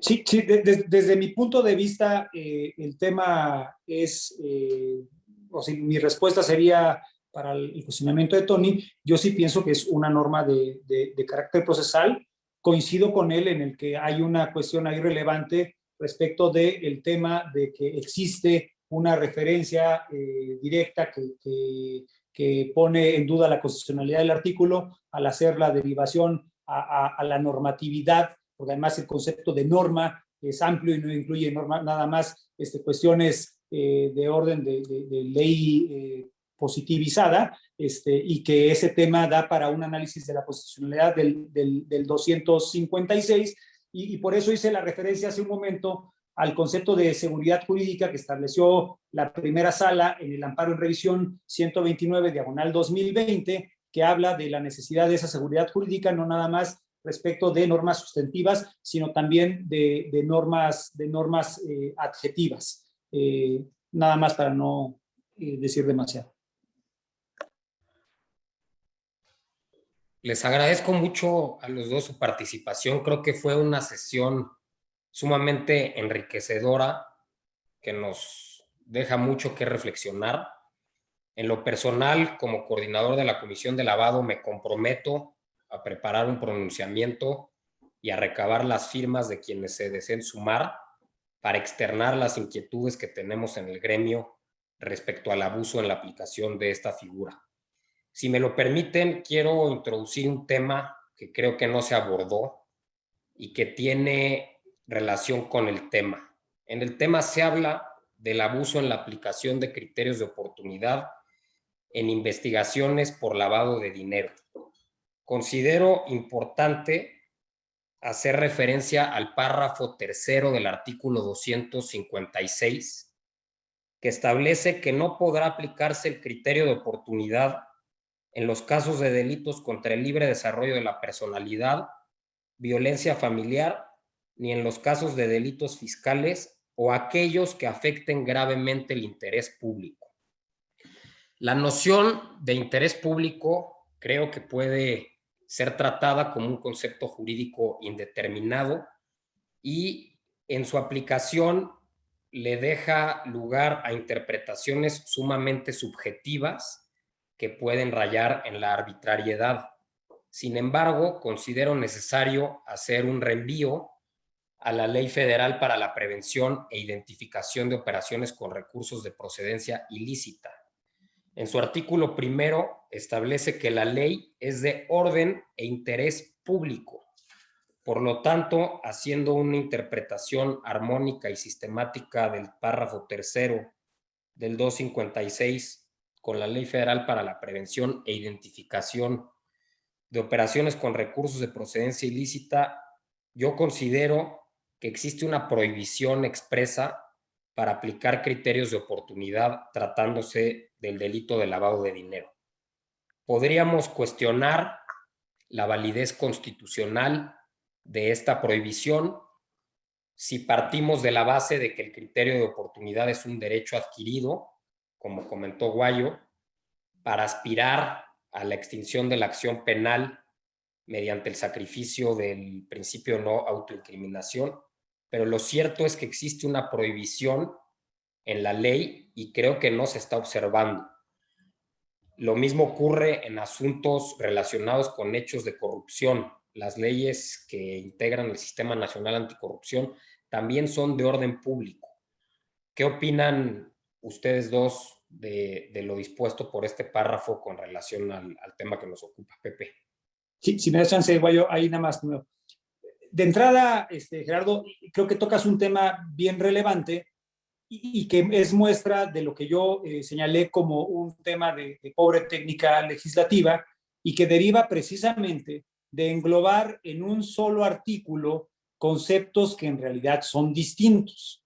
Porque además, si partimos de lo que hemos expuesto ambos expositores en el sentido de que la justificación del criterio de oportunidad, entendido como lo que yo señalé, técnica especial de investigación, es precisamente combatir esos esquemas delictivos complejos, pues se vuelve entonces evidente que ese párrafo tercero debería estar dedicado solamente a los conceptos que no son sino a los que derivan simplemente de terminar anticipadamente la investigación. Volvió a ser anticipado, pero bueno, terminar la investigación en este ejercicio de discrecionalidad en donde el MP decide romper esa oficiosidad en la persecución. Y ese tema sí es bien relevante, porque tu argumento es, sin lugar a dudas, lógico, partiendo de cómo está actualmente contemplada la ley, pero pues precisamente queremos la delación premiada en asuntos que son de difícil resolución. Entonces, este párrafo tercero, que limita la aplicación de los criterios de oportunidad de manera general, provocan sin lugar a dudas que se pudiera hacer el argumento que tú ahorita realizas y convertirían entonces el criterio de oportunidad de la acción premiada en una cuestión pues verdaderamente acotada, distinta de lo que busca como su objetivo esencial, de acuerdo a la normatividad, perdón, al objetivo que se buscó obtener de acuerdo a la propia iniciativa de ley y de acuerdo a cómo se utiliza en el mundo en general, y provoca lo que estamos ahorita diciendo, ¿no? Unos falsos positivos en los que entonces, como tú lo dices, pues de entrada, en los asuntos en los que están pretendiendo aplicar los criterios de oportunidad, no se podría, jamás, ¿no? Y eso deriva del mal desarrollo legislativo de conceptos distintos. Esa es mi opinión. ¿Puedo decir una cosa? Ok. Claro. yo no coincido en lo absoluto. Y te voy a decir por qué. Primero, la ley orgánica, la ley que mencionas para la prevención del lavado es una ley de prevención. Por supuesto que es de interés público el combatir de manera preventiva y antes de que se dé el lavado de dinero. Yo pongo a disposición de ustedes y a todos los que les interese un concepto de violación en el que a partir de la historia legislativa del delito de lavado de dinero y del reglamento de la Secretaría de Hacienda y Crédito Público, llegué a la conclusión de que la UIF al principio, lo tengo documentado y lo pongo a disposición de todos ustedes, de que la UIF al principio era titular del requisito de procedibilidad en materia de lavado de dinero. Sin embargo, hubo reformas legislativas posteriores y hay un artículo expreso que establece que corresponde a la Procuraduría Fiscal de la Federación el presentar los requisitos de procedibilidad en todos los delitos y leyes que tengan que ver con el sistema financiero. De manera que la UIF actualmente, y les ruego que revisen el reglamento, solamente puede presentar denuncias en torno a actividades de combate y auxilio al lavado, pero no propiamente lavado. Eso está reservado para la Procuraduría Fiscal. Tocas un tema importante y que yo lo toqué también al principio, porque parte del problema del abuso es que el legislador actuó bien. El legislador en el 256 dice, no se puede otorgar un criterio sin la previa autorización de la Secretaría de Hacienda en delitos fiscales y financieros. Previa autorización. ¿Por qué? Porque el órgano técnico, el órgano regulador que es la Procuraduría Fiscal de la Federación, tiene que ser tomada en cuenta. Les pongo otro ejemplo, que no se hace. En la Ley Federal contra la Delincuencia Organizada se establece que en materia de lavado de dinero, las diligencias de investigación tienen que ser en coordinación con la Secretaría de Hacienda. No lo hacen. El poder del Estado está dividido en dos. ¿Por qué es tan grave el ius puniendi en estos delitos? Y precisamente, te voy a decir en qué sí te doy la razón. En que el interés público en materia de lavado de dinero no lo puede determinar, deja todo el juez. No lo puede determinar la Fiscalía, porque la Fiscalía General de la República no es el regulador del sistema financiero, es la Secretaría de Hacienda. Entonces, el legislador, por eso habla de autorización previa.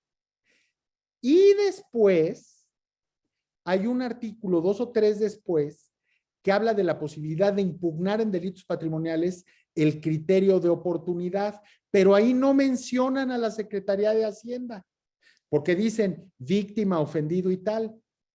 En materia de lavado, es el titular del requisito de procedibilidad, pero es una denuncia, es un acto equivalente. ¿Por qué no citan por qué la Secretaría de Hacienda no puede acudir a la omisión o impugnar el criterio de oportunidad? Porque el legislador le exige autorización previa. Entonces, a mí me parecería un despropósito desde el punto de vista del Estado y desde el punto de vista del país y como gobernado, el decir, o sea, sostener eso es abrirle la puerta al narcotráfico, al secuestro, a la extorsión y a la piratería, para no poder entrar a la parte financiera.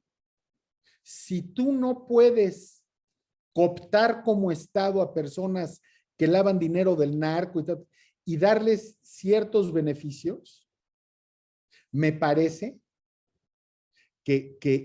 a ver, me parece peligroso y ahí yo mismo estoy cometiendo un error, porque si hablo de narco, estamos hablando de delincuencia organizada, ahí no aplica el criterio de oportunidad, ahí aplica la colaboración, no se extingue la responsabilidad penal y hay una remisión de la pena.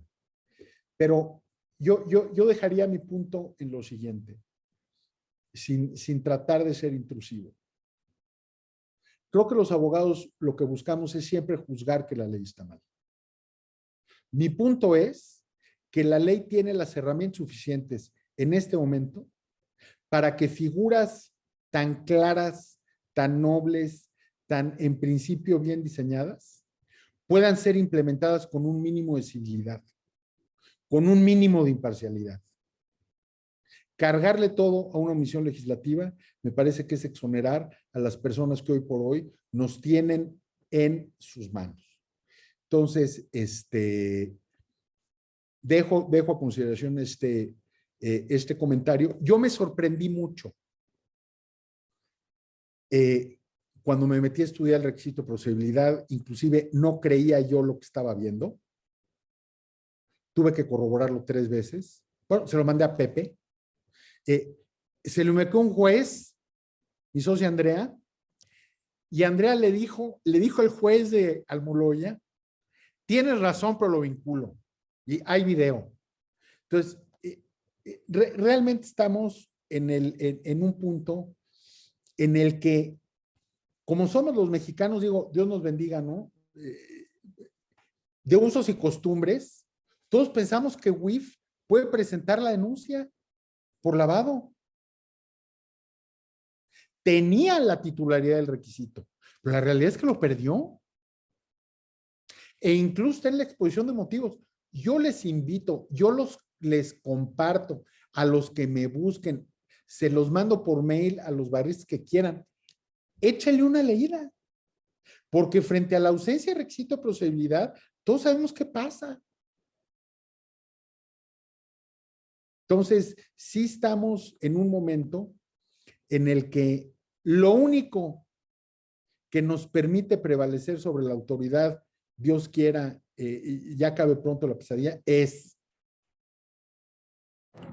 que tenemos más tiempo, mejores libros y sinceramente mejor corazón.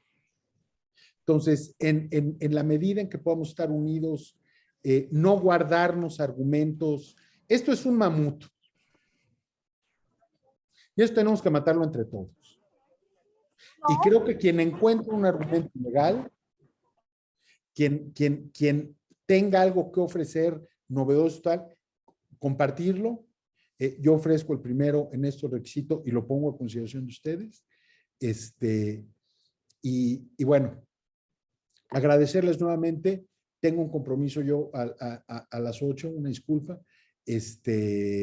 Pero muy agradecido y siempre abierto y prometo acudir y gracias. Antes de que te vayas, Eduardo, me gustaría hacer una pequeña reflexión y lo haré de forma muy breve. Lo que dices es sumamente importante. El abuso no solo en materia de criterio de oportunidad, sino en prisión preventiva, en miles de cosas.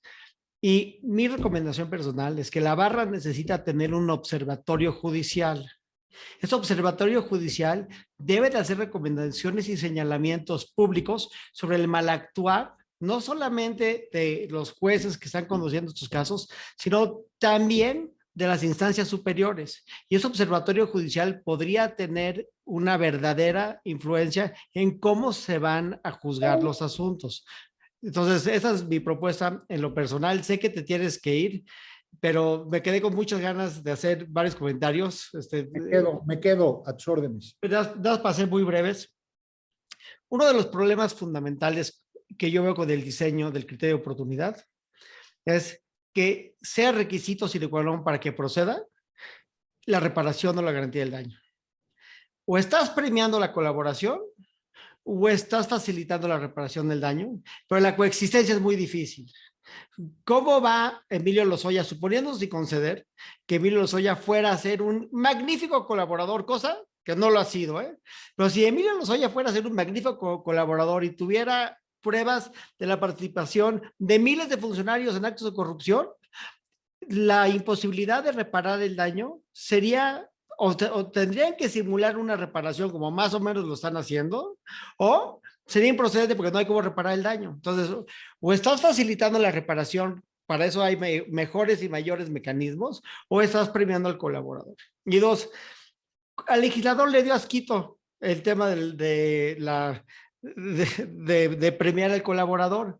Entonces, para los delitos donde más importante sería como un secuestro, que si detienen al que está cobrando el secuestro, a ese no le puedes ofrecer un criterio de oportunidad. Sería maravilloso poderse ofrecer, porque mínimo él te podría decir en ese momento dónde está el secuestrado, y ahí sí podría salvar una vida.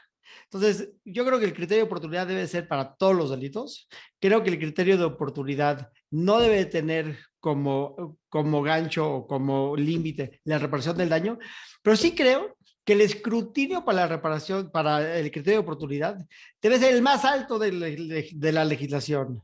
No puede ser una farsa, no puede ser, oye, yo te voy a dar una inmunidad para todos los delitos que hayas cometido toda tu vida, porque me vas a decir que el alcalde de Tizayuca es un delincuente porque me sirve políticamente. Entonces, eso tiene que tener, o sea, realmente un escrutinio de la más alta rigidez para que proceda. Y pues con eso les comparto, amigos. Les agradezco muchísimo esta sesión. Es de las sesiones más nutridas que hemos tenido y espero que la podamos repetir pronto juntos, aunque sea en la mesa de un restaurante. Guayo, perdón, ¿ya yo quieres decir algo? Sí, agradecerles su retroalimentación por mi comentario y perdóname que te lo diga, Guayo, pero ya te pusiste de pechito para otra sesión en la que hablaremos del requisito de procedibilidad. Oye, encantado. Y a ver, lo que dice Ilan es cierto. El artículo dice, cuando el imputado aporte información esencial y eficaz para la persecución de un delito más grave al que se le imputa y se comprometa a comparecer en juicio. Yo no sé, y podemos tener otra sesión, pero yo acompañé como testigo al almirante Marco Antonio Ortega Siu en el asunto de Ayotzinapa. Y con un afán, en mi opinión, intimidatorio y equivocado, vinieron por señalar al actual secretario de Marina como responsable de octava región naval.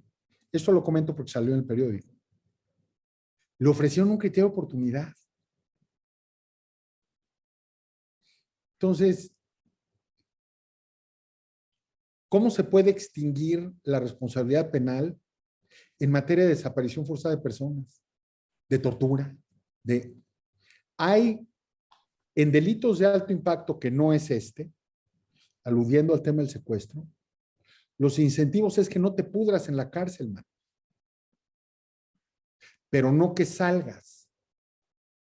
Y creo que la palabra premio es creo que socialmente, aunque viene Colombia, socialmente manda el mensaje equivocado. Yo que he tenido la oportunidad de representar a dos personas que verdaderamente declararon la verdad y tal, de premio no tiene nada, porque hasta para ir al cine le miden. Entonces, yo les agradezco mucho, creo que es un tema importantísimo, y bueno, siempre a los órdenes, muy puesto para lo del requisito de procedibilidad, independientemente de que se arme la sesión, para cualquier persona que sea de su interés, yo le comparto inmediato el archivo electrónico, para que lo valore, y si le sirve en algún asunto, cuenten conmigo.